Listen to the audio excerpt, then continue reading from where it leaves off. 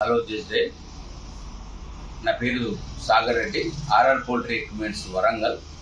నేను 2017లో ఈ పోల్ట్రీ ఎక్విప్మెంట్స్ బిజినెస్ స్టార్ట్ చేయడం జరిగింది. అప్పటి నుండి మొదట్లో నేను 9 నుంచి అప్రాక్సిమేట్లీ 10,000 వరకు కట్టి జస్డేలో రిజిస్టర్ చేసుకోవడం జరిగింది. అప్పటి నుంచి ఇప్పటి వరకు బ్రహ్మాండమైన బిజినెస్ గ్రోత్ చేయడం జరిగింది.